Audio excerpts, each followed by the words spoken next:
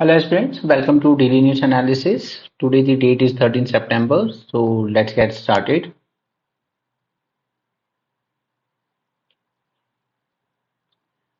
First here is about the Kim Jong-un arrives in Russia amid US warning. Okay, because US warning दे रहा है यहाँ पर that there should be no sale of weapon. Okay, but north Korea को सुनना है नहीं और Russia को यहाँ पे चाहिए नॉर्थ कोरिया से वेपन्स और नॉर्थ कोरिया को रिटर्न में मिल जाता है उसको बेसिक नीड्स उसके यहाँ बहुत है फ्यूल चाहिए फर्टिलाइजर चाहिए ठीक है टेक्नोलॉजी चाहिए डिफेंस की तो ये रशिया दे सकता है नॉर्थ कोरिया को और नॉर्थ कोरिया फिलहाल वेपन्स दे सकता है रशिया को क्योंकि रशिया थोड़ा डिफेंस बैकफुट पे है इस वक्त वॉर में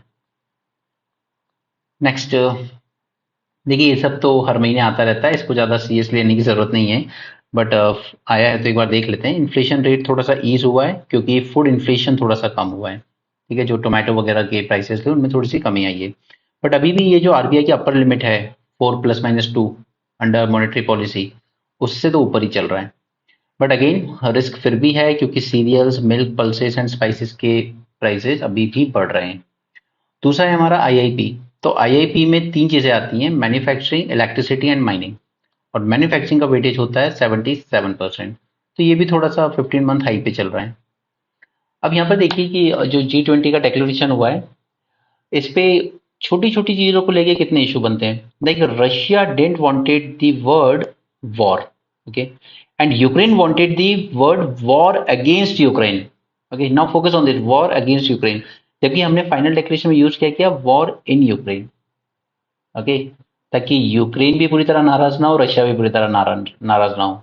हमने वॉर अगेंस्ट यूक्रेन नहीं लिखा हमने वॉर इन यूक्रेन लिखा है और जर्मनी चाहता था कि टेरिटोरियल इंटीग्रिटी वर्ड यूज हो तो वो तो यूज हुआ है ठीक है तो ये जर्मनी के ही हैं जो ये बोल रहे हैं कि ठीक है सेटिस्फाइड वी आर सेटिस्फाइड ठीक है बाकी सब इरेलीवेंट न्यूज़ को छोड़िए हम सिर्फ अपने एग्जाम पॉइंट ऑफ व्यू से जानेंगे जो हमें मेंस में हेल्प कर सके बस हमें वो न्यूज़ जाननी है और प्रीलिम्स स्पेसिफिक कुछ होगा तो वो देखेंगे बाकी जो संडे का आता है प्रीलिम्स एक्स्ट्रा वो देखना ज़्यादा ज़रूरी है आपके लिए। ओके सो अब जैसा कि आपको पता है आईपीसी को रिप्लेस किया जा रहा है भारतीय न्याय संहिता से ओके तो हमने उसमें जो सेक्शन 124A था सेडिशन का वो तो हटा दिया है राइट। तो अब गवर्नमेंट कह रही थी कि जो सेडिशन के पुराने केस चल रहे हैं ना आप उनको भी हटा दीजिए तो सुप्रीम कोर्ट ने कहा नहीं it is just a penal law तो इसको हम रेट्रोस्पेक्टिवली अप्लाई नहीं करेंगे। रेट्रोस्पेक्टिवली मतलब होता है कि पहले के भी जो केस थे अब ये लॉ हट गया तो वो केस भी हट जाने चाहिए तो सुप्रीम कोर्ट ने मना कर दिया है कि जो केस चल रहे हैं वो तो चलेंगे।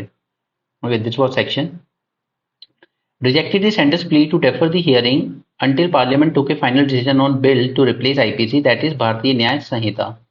तो कोर्ट का कहना है it is just penal statute and only prospective application can be allowed prospective यानी जिस डेट को इनेक्ट हुआ है उसके आगे से।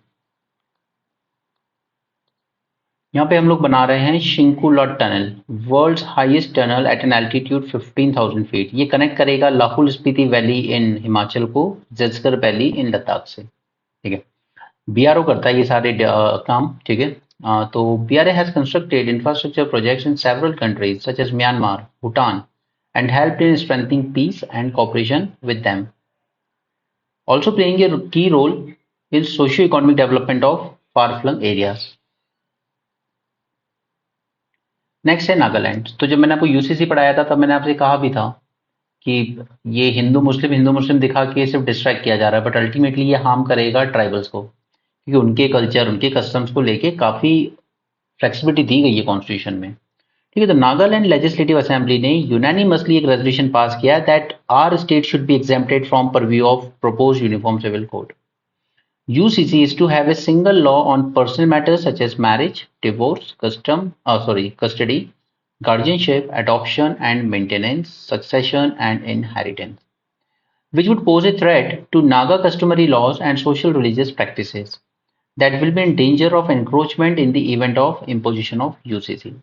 क्योंकि more than 86% of population in Nagaland are scheduled tribes. Okay.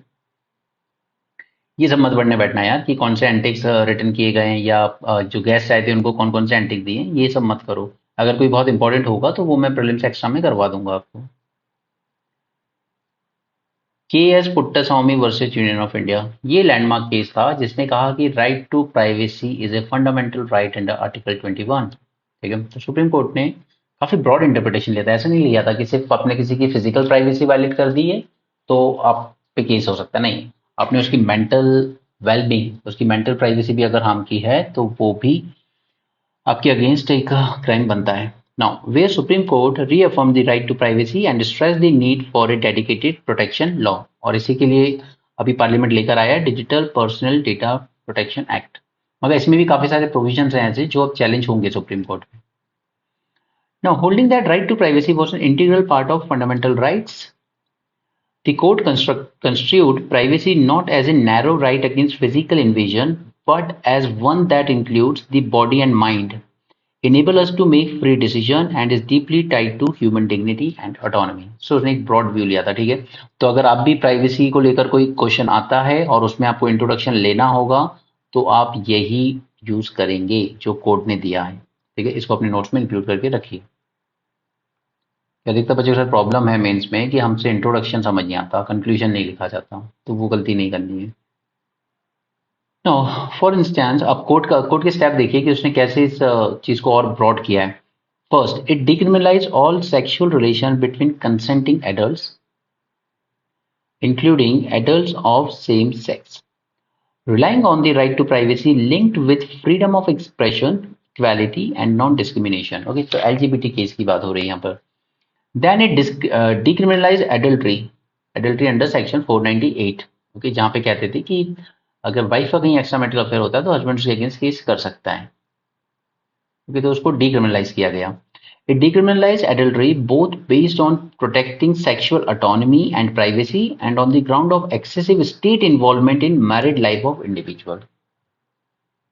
लेकिन सिर्फ इतना ही नहीं है, अभी कोर्ट में आगे और भी ऐसे चैलेंजेस आ रहे हैं जो चेक करेंगे कि कोर्ट का क्या स्टैंड है इक्वालिटी पे, नॉन डिस्क्रिमिनेशन पे, प्राइवेसी पे। ओके, तो ये दो केस हैं, दोनों को याद रखिए। ठीक है, एलजीबीटी और दूसरा ये एडल्ट्री वाला केस, दैट इज सेक्शन 498। ठीक है, और उससे पहले वही पुट्टास्वामी जहां से ये पूरा शुरू हुआ था। कोर्ट ने और भी कुछ अच्छे डिसीजन दिए, जैसे फॉर एग्जाम्पल ये खराब डिसीजन था। Court limited the right to privacy in public spaces and curtailed the right of women to wear a hijab in education institution. Next, court also decided to review its verdict in the Sabarimala case. Sabarimala case में court ने पहले क्या दिया था कि women's को जाना allow है, बट अब उसने डिसाइड किया है कि हम बड़ी बेंच 5 जज बेंच बनाकर इसको रिव्यू करेंगे। which struck down the customary prohibition on women between each group of 10 to 50 from entering Sabrimala shrine। तो ये भी एक थोड़ा सा रिग्रेसिव स्टेप है कि आपने सही डिसीजन दिया है, इसको आप दोबारा रिव्यू क्यों करना चाहते हैं अंडर पब्लिक प्रेशर। ठीक है, तो ये जो दो थे यहाँ पर, ये काफी प्रोग्रेसिव स्टेप्स लिए थे सुप्रीम कोर्ट ने, बट ये जो दो केस हैं ये कहीं ना कहीं थोड़े से रिग्रेसिव हैं। ठीक है, क्योंकि अभी लड़की हिजाब पहन रही है स्कूल में, कॉलेज में, या नहीं पहन रही, वो इंपॉर्टेंट नहीं है। इंपॉर्टेंट ये है कि किसी को उसकी रिलीजियस ऑर्थोडॉक्सी, अगर वो गलत भी, अगर उससे रिलीज करना है तो उसके लिए एजुकेशन मस्ट है। उसका एजुकेशन अफेक्ट नहीं होना चाहिए। जैसे कर्नाटका में कुछ जगहों पे एग्जाम नहीं देने दिया बच्चियों को, तो वो गलत था। पढ़ाई अफेक्ट मत कीजिए, बाकी पढ़ने के बाद इंसान मेंटली थोड़ा लिबरल होता है, फ्री होता है, तब ये चीजें अपने आप चेंज हो जाएंगी। एनीवे, फेस्ड विद नाउ अब अगले कुछ इश्यूज जो सुप्रीम कोर्ट के सामने आने वाले हैं। States Eilish use of the Pegasus suit of spyware on Indian citizen. तो ये केस की सुनवाई होगी, तो इसमें देखते हैं क्या डिसीजन निकल के आता है, क्योंकि यहाँ पे भी एलिगेशंस हैं, वायलेशन हुए हैं लोगों की प्राइवेसी के। इवन कई मिलिट्री ऑफिसर्स, सीबीआई चीफ, इन सब की वाइफ के फोन तक टैप करने के एलिगेशंस लगे थे। ओके, तो देखते हैं केस में क्या आता है। Then and will deliver its judgement on the right to marry for individual from LGBT community. इनकी शादी को लेके क्या स्टैंड है वो भी पता चलेगा। और उसके अलावा कुछ कंटेंशियस प्रोविजन है digital personal data protection act में, तो उस पर भी चैलेंज किया जाएगा। नेक्स्ट आते हैं अफ्रीका के इशू पे। ठीक है, अफ्रीका के बारे में ये आर्टिकल तो मैं पूरा हाईलाइट किया हुआ है, अगर आपको चाहिए तो आप मुझसे टेलीग्राम में व्हाट्सएप करके डायरेक्ट ले लेना, बट अल्टीमेटली पहले कुछ बातें समझा देते हैं। ठीक। अब ये जो G20 जो कि अब G21 बन गया है, तो लोग कहते हैं कि यार ये बड़ा होने से ना ज़्यादा इफेक्टिव नहीं रह जाएगा। ठीक है, डिसीजन अच्छे नहीं लिए जाएंगे। तो ऐसा कुछ नहीं है, सिर्फ एक ही सीट आई है, अफ्रीकन यूनियन का जो चेयरमैन होगा या प्रेसिडेंट होगा बस वही बैठेगा। यहाँ कोई अफ्रीका के पूरे 54 कंट्रीज के प्रेसिडेंट आके नहीं बैठेंगे, ठीक है, सिर्फ वन ही मेंबर इंक्रीज हुआ है। तो पहला तो कि ये फ्लॉड लॉजिक है या फ्लॉड आपका कंसर्न है कि इसकी इफेक्टिव फंक्शनिंग पे असर पड़ेगा, ऐसा कुछ नहीं होगा। सेकेंड थिंग कि अब अफ्रीकन यूनियन की ज्वाइन करने के बाद ये रिप्रेजेंट करने लगा है 88% of global GDP, 80% of world population and 79% of trade. तो यू कैन से कि अब जो G21 है कहीं ना कहीं और ज्यादा रिप्रेजेंटेटिव है, ठीक है। तो ये दूसरा एक इसका फायदा हुआ है। थर्ड, जब हम लीस्ट डेवलप कंट्रीज की बात करते हैं जो सबसे बुरी कंडीशन में रह रही हैं, तो उसमें 46 में से 33 कंट्रीज अफ्रीकन कॉन्टिनेंट में हैं। तो अगर अफ्रीकन कॉन्टिनेंट के चैलेंजेस हैंडल कर लिए जाएं, वहां की प्रॉब्लम सॉल्व कर दी जाए, तो काफी आसान हो जाएगा सस्टेनेबल डेवलपमेंट गोल को मीट करना। ओके, अब इसके लिए उनको जरूरत क्या है? उनको जरूरत है फूड, फ्यूल, टेक्नोलॉजी, ठीक है, एंड कैपेसिटी बिल्डिंग की। अगर ये G20 मेंबर्स मिलके कर पाते हैं अफ्रीकन यूनियन के लिए, तो उसके काफी सारे चैलेंजेस टैकल किए जा सकेंगे। अब उसके चैलेंजेस क्या है? सबसे बड़ा चैलेंज है कन्फ्लिक्ट, लड़ाई बहुत ज्यादा होती है। दूसरा, पॉलिटिकल इंस्टेबिलिटी, ठीक है, आपने देखा होगा काफी सारी कंट्रीज में मिलिट्री कूप हो रखा है, ठीक है। और तीसरा, पावर्टी। ये चैलेंजेस हैंडल किए जा सकते हैं अगर आप उनको टेक्नोलॉजी, कैपेसिटी बिल्डिंग, इसके एजुकेशन, हेल्थ, ये सब प्रोवाइड कर दो। क्योंकि अफ्रीका अगर एज अ कॉन्टिनेंट देखें आप, तो बहुत रिसोर्स रिच है, बहुत ज़्यादा। यहाँ सब रिसोर्स मिलेंगे आपको, यहाँ पे आपको मिनरल वेल्थ मिल जाएंगी हर तरह की, आपको एग्रीकल्चर लैंड बहुत सारा मिल जाएगा, ठीक है। नेक्स्ट, यहाँ पे यूथ पॉपुलेशन बहुत ज़्यादा है, तो एक अच्छा खासा मार्केट है, बट प्रोवाइडेड कि आप उनकी कैपेसिटी बिल्डिंग उतनी कर पाएँ, ठीक है। तो उसके साथ आपको G20 इनको स्किल्स प्रोवाइड करने में हेल्प कर सकता है, हेल्थ प्रोवाइड करने में हेल्प कर सकता है, एजुकेशन प्रोवाइड करने में हेल्प कर सकता है, ठीक है। ये पूरा क्रक्स है इसका कि कैसे अफ्रीकन यूनियन की मदद की जा सकती है G20 ज्वाइन करने के बाद। तो मैंने हाईलाइट कर दिया है, इसको आप खुद से पढ़ सकते हैं या आप मुझसे टेलीग्राम या व्हाट्सएप करके आप मुझसे आर्टिकल ले लीजिएगा, बट इसका क्रक्स यही है जो मैंने आपको ऊपर बताया है। ओके, सिर्फ उतना ही जानो किसी भी आर्टिकल से जितना हमारे एग्जाम के लिए जरूरी है। हर एक चीज मत पढ़ने बैठो। वी आर नॉट 60+ पीपल जो दिन भर न्यूज़पेपर में 4-5 घंटे खराब करेंगे। नाउ एस्टिमेटेड है कि इंडिया में cancer cases can touch 29 million bye 25, और इसमें से 40% जो कैंसर बर्डन है वो सिर्फ 7 टाइप के हैं, जैसे lungs 10%, breast 10% and others. Now researchers have exploited the anti-cancerous properties in the hybrid gold and copper sulfide nanoparticles to detect, okay, get malignancy processing progressing to form a solid tumor mass in the body, ठीक है। तो ये IISc ने एक नई technique खोजी है cancer को अर्ली डिटेक्ट करने की, और कैंसर का ऐसे ही अगर अर्ली डिटेक्शन कर लिया आपने तो आप उसको फिर डायग्नोज भी बेटर कर लोगे। चलिए यहाँ पे आते हैं, कल भी हमने इस आर्टिकल के बारे में बात की थी कि हम लोग ट्रिपल करना चाहते हैं ग्लोबल रिन्यूएबल एनर्जी को बाय 2030, ठीक है। अगर हम ये करने में कामयाब हो जाते हैं तो we will be able to prevent 7 billion tons of carbon dioxide emission by 2030। Next, reservations from the traditional fossil fuel producing countries like Russia and Saudi Arabia, ये पसंद नहीं करती कि आप फॉसिल फ्यूल खत्म करने की बात कर रहे हो, हमारी तो इकोनॉमी उसी पे डिपेंड है, ठीक है। Renewable energy is already being deployed at a rapid pace, कल भी हमने देखा था ऑलमोस्ट 260 गीगावाट प्लस इस साल डेप्लॉय की गई है 2022 में। Next, for countries like India and China, the growth of renewable energy is also most preferred way to contribute to global fight against climate change and bringing down role of fossil fuels in their economies. हमें 7 साल में triple करना है तो थोड़ा ambitious task तो है, पर 2022 का देखें कि 295 गीगावाट न्यू कैपेसिटी ऐड की गई है, ठीक है। तो इसको देखते हुए लगता है कि शायद अचीव कर सकते हैं। To triple we have to add nearly 1000 gigawatt of new capacity every year, ठीक है। अभी हम लोग ऑलमोस्ट 295 गीगावाट ऐड किया है साल भर में, बट हमें हर साल 1000 गीगावाट ऐड करने की जरूरत है। बट फिर भी पॉसिबल इसलिए दिखता है ये क्योंकि 2015 से 2022 के बीच देखेंगे ना तो ग्रोथ बहुत तेजी से हुई है। तो ऐसा नहीं है कि इस साल 295 गीगावाट हमने प्रोड्यूस किया रिन्यूएबल से वर्ल्ड ओवर, तो हम अगले साल भी इतना ही करेंगे, इससे ज्यादा ही करेंगे, ठीक है। तो ये बढ़ता जाएगा, टच कर देंगे 1000 gigawatt. Tripling renewable capacity by 2030 is an ambitious yet achievable goal. Annual capacity addition have more than doubled from 2015 to 22. Okay, और growth almost 11% year on average. Higher annual growth rate would require much stronger policy push from the governments, तो वो कर रही है, लगभग हर government कर रही है। ठीक है, अगर आप वर्ल्ड ओवर ये जो एडिशन हुआ है इसमें देखेंगे तो ऑलमोस्ट 140 गीगावाट तो अकेले चाइना ने कर दिया है। ओके, तो ज्यादा एफर्ट इंडिया चाइना ही लगा रहे हैं अभी भी, बाकी कंट्रीज इतना सीरियसली नहीं ले रही हैं। पर तो हमें अपने क्लाइमेट चेंज के लिए रिडक्शन तो करना ही है कार्बन डाइऑक्साइड एमिशन में। दूसरा, अब डिमांड इलेक्ट्रिसिटी की बढ़ती जा रही है because electrification of energy system, increasing use of cooling as temperature climb, use of AC, okay, a robust demand growth in emerging and developing economies. Role of ISA जो international solar alliance है वो क्या कर सकता है, वो mobilise कर सकता है adequate financial resources and creation of opportunities in infrastructure, policy environment, skill development in countries with low penetration of energy access, for example African continent. वहाँ पे सोलार का बहुत पोटेंशियल है, बट अल्टीमेटली वहाँ पे इंफ्रास्ट्रक्चर नहीं है उसका। ठीक है, आपको पैनल्स चाहिए, आपको बैटरी बैकअप चाहिए। ठीक है, उस वो पॉलिसी एनवायरमेंट नहीं है, वहाँ की गवर्नमेंट के पास इतने रिसोर्सेज नहीं है कि वो इस तरफ ध्यान दे पाए पॉलिसीज पे। ठीक है, स्किल डेवलपमेंट नहीं है, तो ये सब आईएसए प्रोवाइड कर सकता है उनको। Next, as part of their climate action, about 135 countries have promised to create or enhance their renewable energy capacity, but as of now, most of the new capacity addition is coming from handful of developing countries like India and China. क्योंकि together India and China accounted for 50% of global capacity addition। जो produce इस बार renewable energy produce हुई है 295 gigawatt, उसमें 50% तो अकेले India China से ही आई है। ठीक है, and in 22 out of 295, China alone added 140 gigawatt, nearly 48%। Okay, तो मतलब इंडिया का कंट्रीब्यूशन बहुत कम है, मेजोरिटी चाइना का ही है।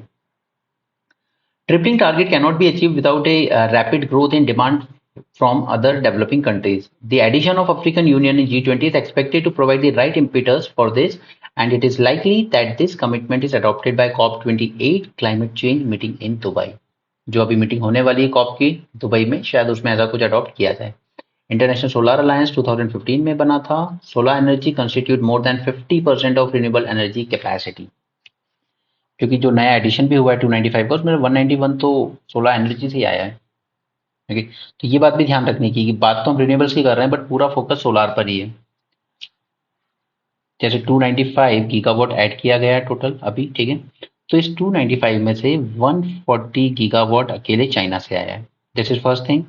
सेकेंड थिंग इज कि इसी 295 में से ऑलमोस्ट 65% दैट इज 191 गीगावाट ये अकेले सोलार एनर्जी से आया है।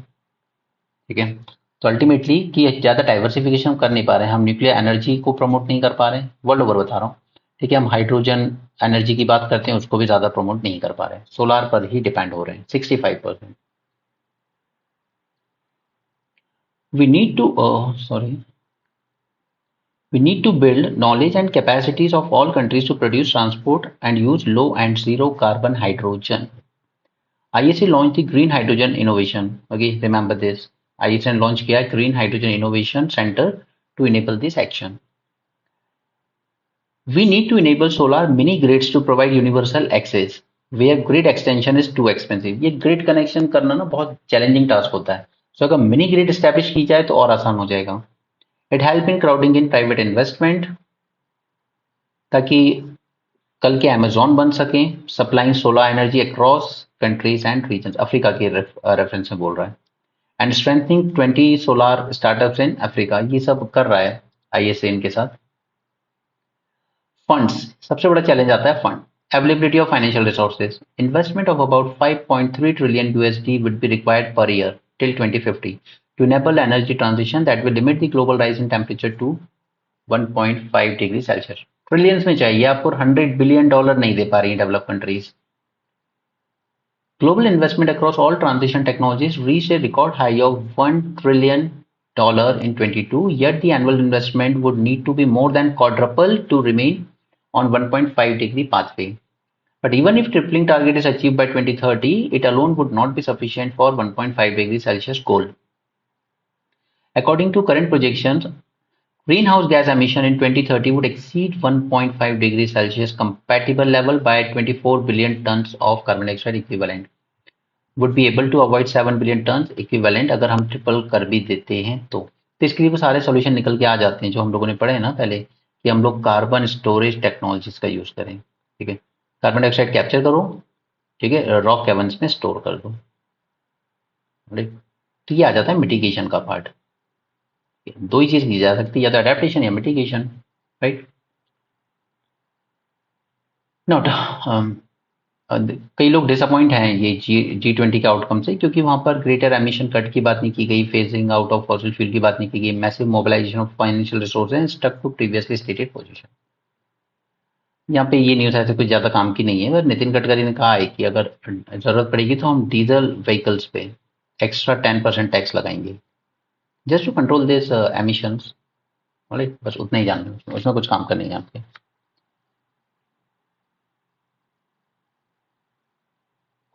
यहाँ पे Singapore, US, UK outbound investment, मतलब इंडिया से जो एफडीआई दूसरी कंट्रीज में जाती है उसमें सिंगापुर टॉप पर है।